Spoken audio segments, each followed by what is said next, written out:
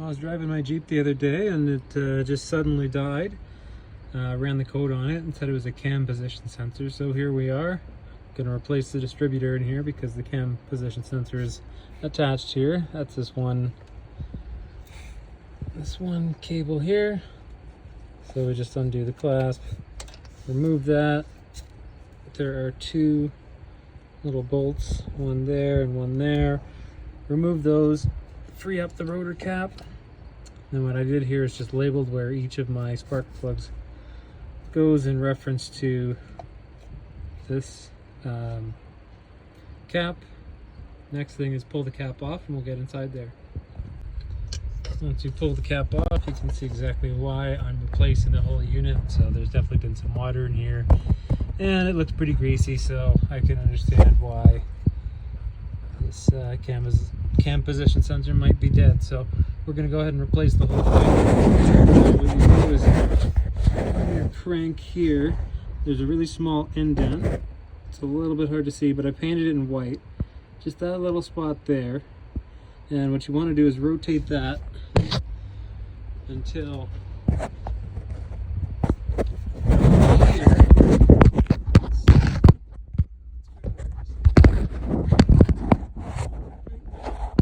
there is the marks for your timing, so you want to line that up with the 0. If I can,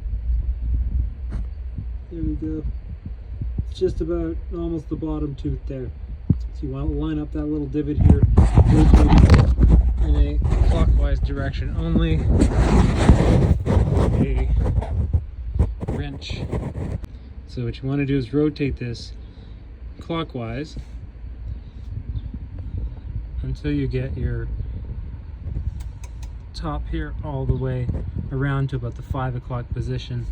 And the reason why I say this, when this is on here, that's where top dead center for cylinder 1 is on the ignition spot. So that'll be rotated all the way around here. So what we're going to do is keep cranking around until I get that all the way back around to about the same spot where it's supposed to be at the 5 o'clock position. And then I'm going to take a look at the other side and see when I have this timing mark lined up.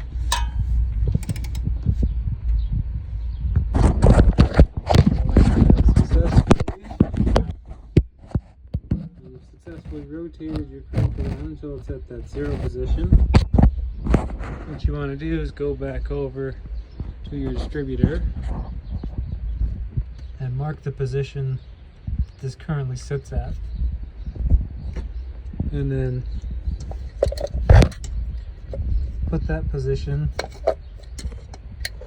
here on the cap. So we'll put the new unit in and then put this cap on it to basically mark the position where this jives up with the current system. Now that we have that marked, I'm going to take out this bolt here and this retaining clip that sits on top.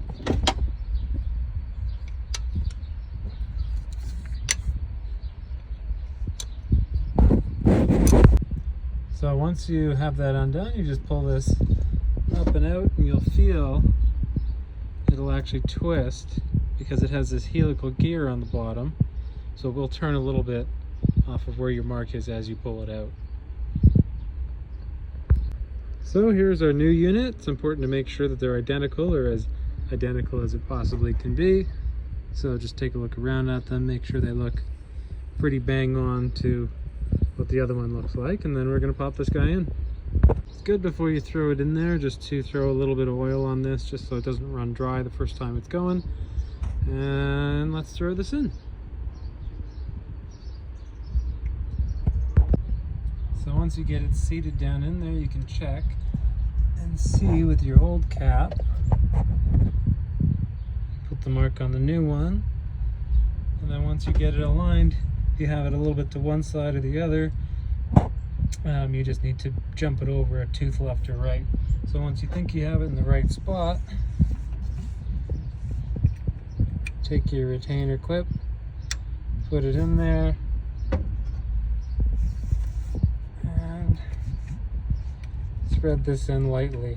And then what you want to do is go back around to the crank over there and make sure that your mark is still aligned where it should be.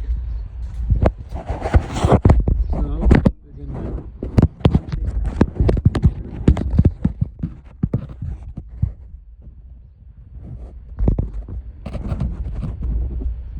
and looks like we're still good.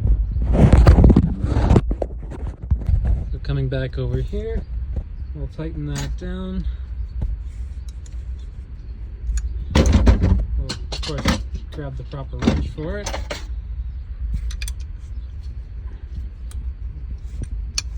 Tighten it down once you got it in the right spot. So when I disconnected mine, I labeled all these. And on this new unit, you can even see they have number 1 labeled. So we're just going to use that and follow my diagram here and reconnect up all of our cables onto this. Reconnect our cam position sensor here, and that should be about it. Okay, so there you can see I have the new cap on. Number 1 is in front here.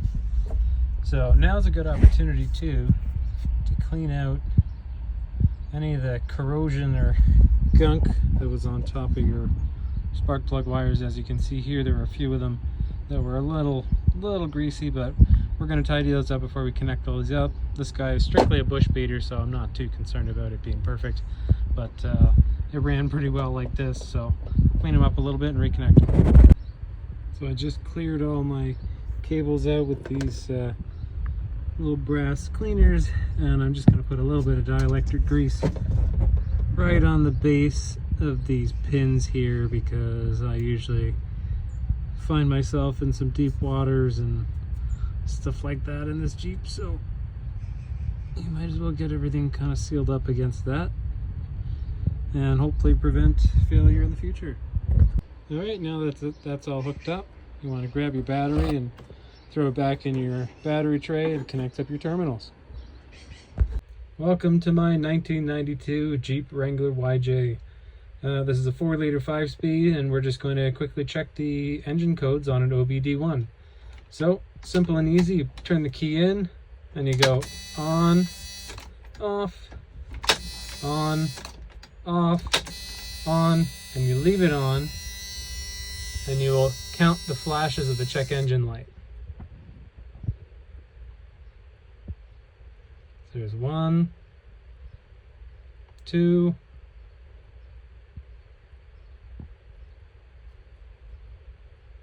1, 2, 3,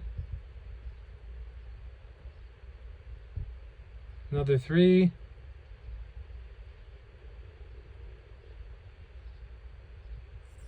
4, 5,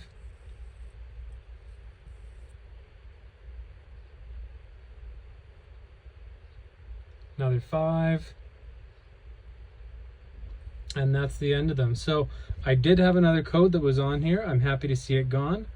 So now my Jeep should be starting. I had a camshaft position sensor fault. So now, with any luck, this should fire right up.